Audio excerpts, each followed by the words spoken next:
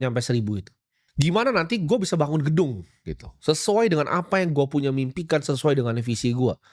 Supaya kalian yang di sini nanti bisa belajar sama gue di sana. Gue bayangin dunia itu kalau bisa dunia yang sempurna.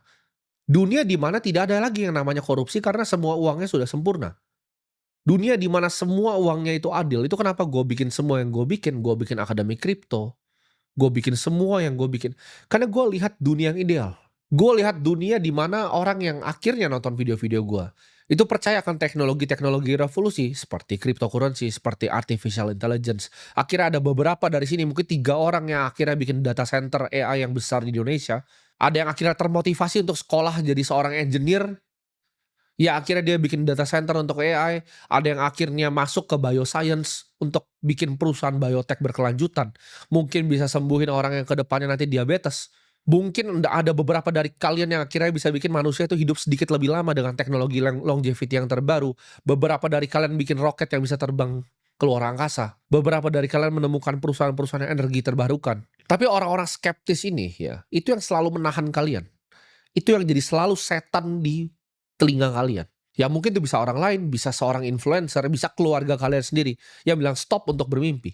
Karena mereka nggak mengerti gitu, visi yang kalian mau bangun tuh apa, misi hidup kalian tuh apa. Mereka itu mau dunia ini kayak gini aja, dunia ini hancur kalau bisa dan nggak berkembang. Ya mereka bisa melakukan hanyalah kritik, kritik, kritik. Ya, gue orangnya jarang kritik gitu. Gue bukan sedikit-sedikit ada sesuatu gue kritik, harusnya begini, harus begini. Gue lakukan aksi, kalau menurut gue ada yang perlu diperbaiki, gue bangun 1.000 sekolah. Kalau gue rasa mindset sebuah generasi ini, generasi Z yang sedang gue pimpin di sini, gue lihat nih, oh mindset ini mulai ada hama-hama dari atas yang ngerusakin, gue benahin lagi. Gue nggak cuman kritik tanpa ada solusi. Dunia ini tuh butuh pemimpi gila kayak Steve Jobs yang akhirnya bikin komputer dalam bentuk handphone. Seperti Mark Zuckerberg yang mau transisin dari handphonenya nanti ke kacamata. Seperti Elon Musk yang bikin perusahaan-perusahaan terobosan. Yang berani bermimpi gitu. Dia berani dari semua uang PayPal, dia berani mulai dari nol. Dia investasi di 2 perusahaan. Satu di Tesla, satu di SpaceX. Uangnya nol, dia tidurnya di lantai. Camping dia di lantai. Itu apa kalau beliau itu bukan seorang pemimpi? Lu aja akhirnya kehilangan. Ya karena kebanyakan dengerin setan ini, lu kehilangan kemampuan untuk bermimpi.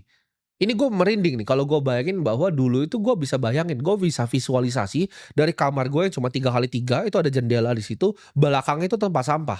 Tapi gue bisa lihat tempat sampah itu, gue bayangin itu gedung-gedung pencakar langit yang tinggi.